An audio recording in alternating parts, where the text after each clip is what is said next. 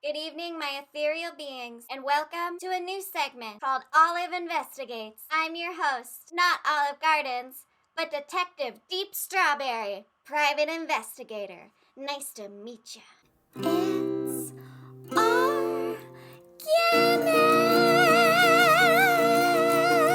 organic. Tonight, we're talking about a mystery that was brought to me. I mean, it wasn't really brought to me because it came up on a YouTube suggested, but this issue was brought to my attention by the YouTube legend Internet Common Etiquette. Thank you for getting me one step closer to the truth. But tonight, you guys are gonna learn what I found out. Let's jump into it. Our story begins a long time ago. In 2013 began the meme that is Ted Cruz being the Zodiac Killer, but I'm really convinced it's not a meme at this point, you guys. March 14th, 2013, the first reference to Ted Cruz being the Zodiac Killer is made, comparing the senator of Texas to the infamous murderer known as the Zodiac Killer. By the way, you guys, my roommate's printer was kind of running out of color, so the pictures look kind of weird. Just deal with it. Just 2 months earlier, Ted Cruz took office for the first time in January 2013. Coincidence? I don't think so. But maybe. There are many Ted Cruz memes out there, many that I absolutely adore, and many not so much, which is why they're not on the wall behind me. But in the 1960s and 70s, the infamous Zodiac Killer murdered a bunch of people and told the news about it for attention, and he did a bunch of bad stuff, you guys. He's not a good guy. But also in the 70s, foreign to Canada was Ted Cruz in 1976.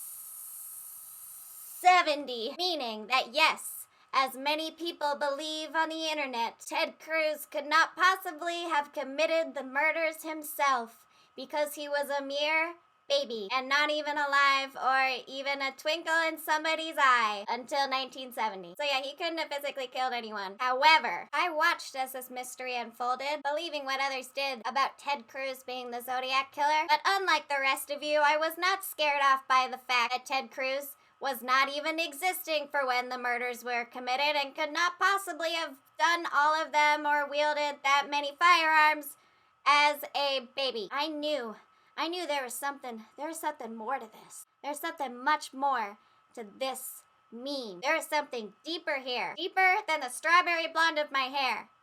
So I'm not a ginger, I'm a strawberry blonde. And that took me to the Zodiac Killer movie, 2007, starring Jake Gyllenhaal, Robert Downey Jr., and that guy who plays the Hulk. But this movie had Jake Gyllenhaal in it. Why is this important, you say? Well, this mystery is not about the Zodiac Killer. It's about Jake Gyllenhaal and the deep love had for him by Jeff Bezos. In 1999, Jake Gyllenhaal starred in a movie called October Sky about the real-life hero, Homer H. Hickam Jr., born in a small coal mining town and who eventually became a NASA engineer. This movie inspired Jeff Bezos to create his space company, Blue Origin, meaning that this company was inspired by a movie with Jake Gyllenhaal in it, and Jake Gyllenhaal was also in a movie with Jake Gyllenhaal in it. And that guy who plays the Hulk, whose name I still can't remember, they were in a movie together about the Zodiac Killer, who might be Ted Cruz. Coincidence? Maybe. Maybe not. Maybe not. But notice, senpais, there is a real article here about Ted Cruz saying that we need the Space Force to fight the space pirates. So he obviously is really into some space stuff. Coincidentally, the Zodiac Killer is also into space stuff. His, name is Zodiac, which means he's probably into, zodiac signs, which I'm a Virgo, if you didn't know. But what about Jeff Bezos, you say? Well, he's in love with Jake Gyllenhaal. However, this is where Elon Musk comes into play. Is it Elon or Elon or Elania Musk comes into play. Let's go one step further. Because yes, Jeff Bezos is in love with Jake Gyllenhaal, but you know who's in competition with Jeff Bezos? Elon Musk of SpaceX.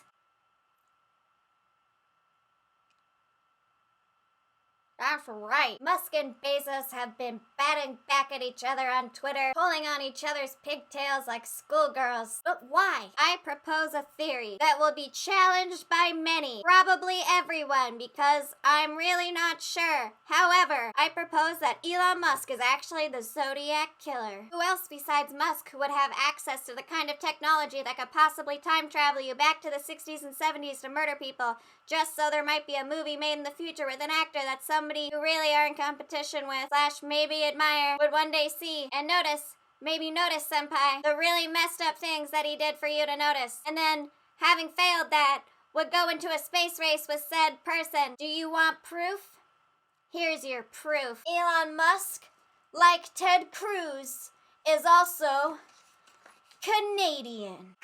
Right there. Elon Musk is secretly in love with Jeff Bezos and has been trying to get his attention for years, even going so far as to invent a time machine, go back in time to murder a whole bunch of people so that there would be a movie made with Jake Gyllenhaal in it, and then after Jeff saw the movie with Jake Gyllenhaal and fell in love, he would see Zodiac 2007, see Jake, but then fall in love with the Zodiac killer's actions. However, he misunderstood completely what it means to be in love, because he's actually a reptilian. So what's the truth, Mr. Musk? Are you a normal corporate tycoon with way too much money to burn? Or are you a time-traveling murderer looking for only one thing?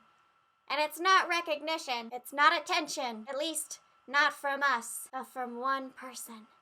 The person that you've secretly been in love with for years. That's right, Elon Musk is in love with Jeff Bezos.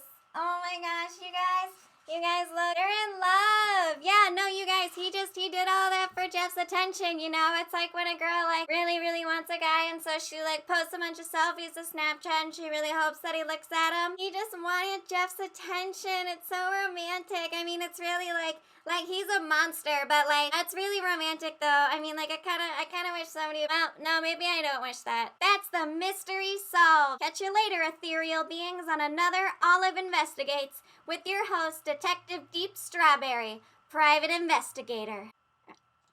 You can follow Ophelia and I on Twitter and support us on Patreon. All the links are down below. And if you support us on Patreon, you'll end up in every single version of the Patreon song, which I'm gonna play now. This is my Patreon supporter song. Thank you for helping me continue on. Thomas St. Clair, Nicholas Lathan, Nikki, Hannah, Kevin and Phil, Kendall, Kane, Jimmy, Kron, Ricardo, Brewmaster, Neo, Boo, Inabe, Donnie, or Danya, Cricket, and Oliver too.